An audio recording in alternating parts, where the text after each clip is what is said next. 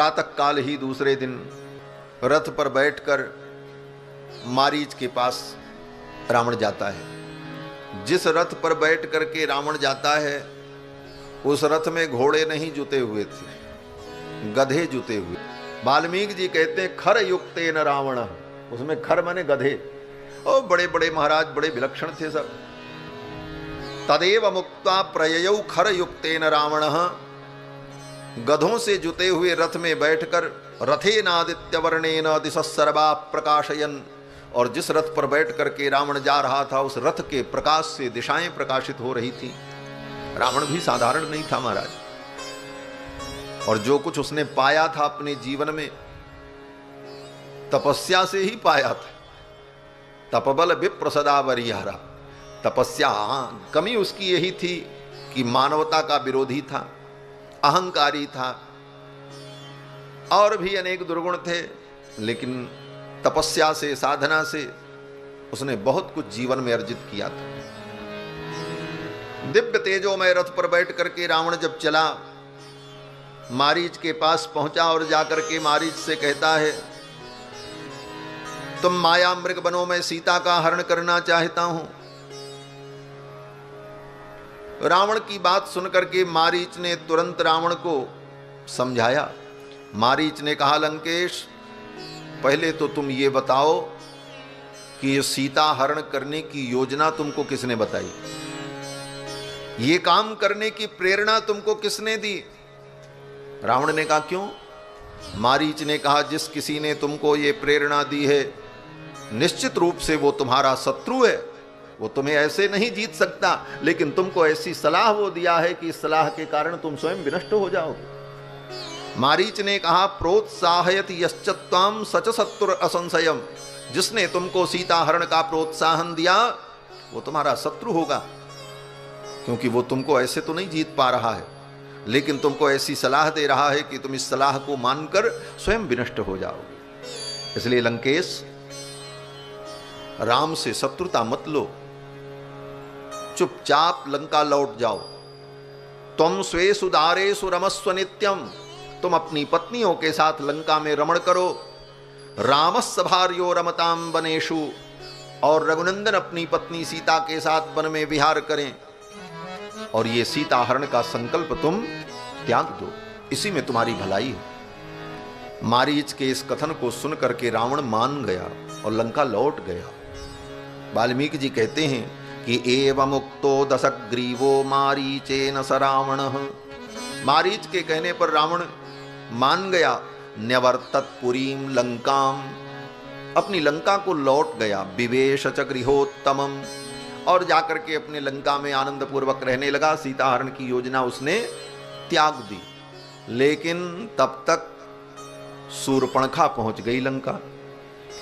ततः शूर्पणखा दृष्ट्वा सहस्राणि चतुर्दश, हतान्येकेन रामेण रक्षसाम भीमकर्मणाम। उन 14,000 राक्षसों के मारे जाने पर शूर्पणखा करुण क्रंदन करती हुई लंका पहुंच गई। जगाम परमोद्विग्ना लंकाम रावण पालिताम, लंका में पहुंची और जाकर के रावण के सामने रो रो करके शूर्पणखा ने अपना दुख सुनाया। और शूर्पणखा ने यह भी कहा, लंकेश, ये मेरी जो दुर्दशा हुई है ना, ये तुम्हारे कारण हुई। शूर्पणखा ने कहा, उनके साथ जो सुंदर स्त्री है उस स्त्री को देखकर मुझे लगा कि वो स्त्री तो मेरे भाई रावण की पत्नी होनी चाहिए, और तुम्हारे लिए ही मैं उस स्त्री का हरण करने गई थी, तो उन पुरुषों ने हमारा नाक कान काट लिया। एहसान लाद दिया रावण के ऊपर कि तुम्हारे कारण ये सब हुआ, तुम्हारे लिए ही तो मैं गई थी। रावण ने सोचा, रे ये मेरी बहन शूर्पणखा बेचारी विधवा, और ऊपर से मेरे लिए ये गई थी और इसका नाक कान कट गया। रावण ने कहा, बहन तुम्हारी प्रसन्नता के लिए मैं क्या करूं? शूर्पणखा ने कहा, जिस किसी भी प्रकार से उस सीता को लेकर के आओ और वो तुम्हारे महल में तुम्हारी पत्नी बनकर के रहे, यही मैं देखना चाहती हूं। रावण ने कहा अगर ऐसी बात है तो मैं जाऊंगा और सीता को लेकर के आऊंगा। रावण फिर सीता हरण की योजना बना करके चल पड़ा। यानशालाम ततो गत्वा प्रच्छन्नम राक्षसाधिपः और कामगम रथमास्थाय कांचनम रत्नभूषितम। स्वर्णमय तेजोमय रथ पर बैठ करके रावण फिर चल पड़ा और पहुंचा मारीच के पास।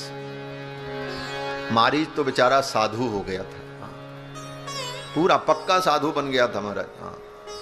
राम जी ने जब दोबारा उसको छोड़ दिया था उसी समय से मारीच सावधान हो गया और बहुत दूर समुद्र के बीच में एक टापू में आश्रम बना करके वहीं भजन करता था।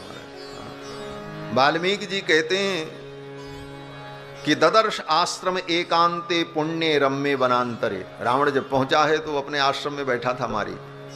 तत्र कृष्णाजिन धरम, कृष्ण मृग के चर्म को वस्त्र के रूप में धारण किए हुए, जटा मंडल धारिणम, मारीच ने अपने बालों को जटा बना लिया था,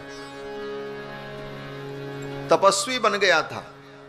ददर्श नियताहारम, मांसाहार छोड़ करके नियताहारम, आहार पर भी नियंत्रण करके फलाहार करते हुए भजन करता था। मारीचमनाम राक्षसम।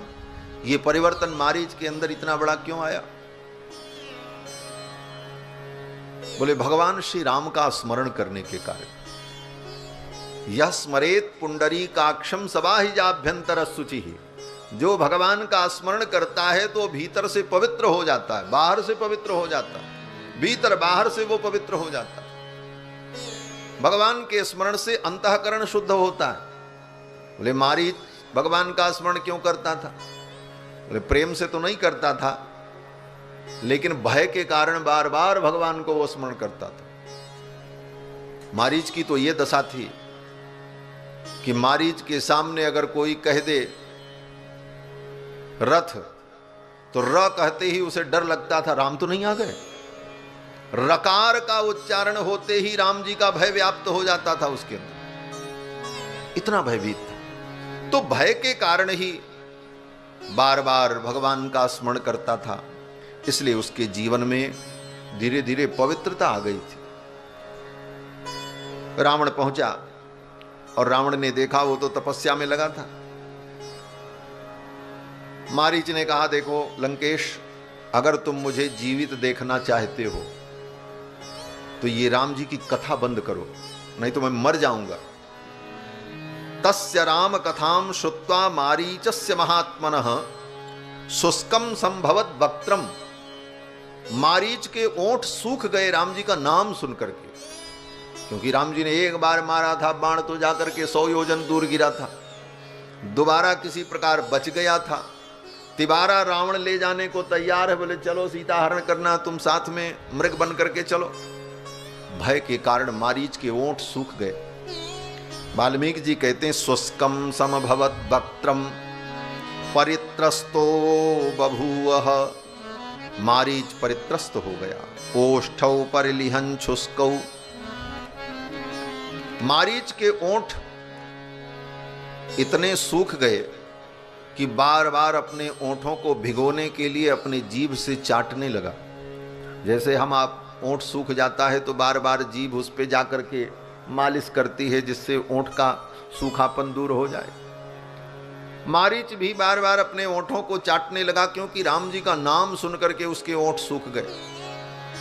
ओष्ठौ परिलिहन शुष्कौ नेत्रैर अनिमिषैरिव। और उसकी आंखें खुली की खुली रह गईं, पलक भी नहीं गिरी, ऐसे ही देखता रहा, लग रहा था जिसे मर गया बेचारा। राम जी का नाम सुनते उसकी ये दशा हो जाती थी। वाल्मीकि जी कहते हैं मृतभूत इवार्तस्तु।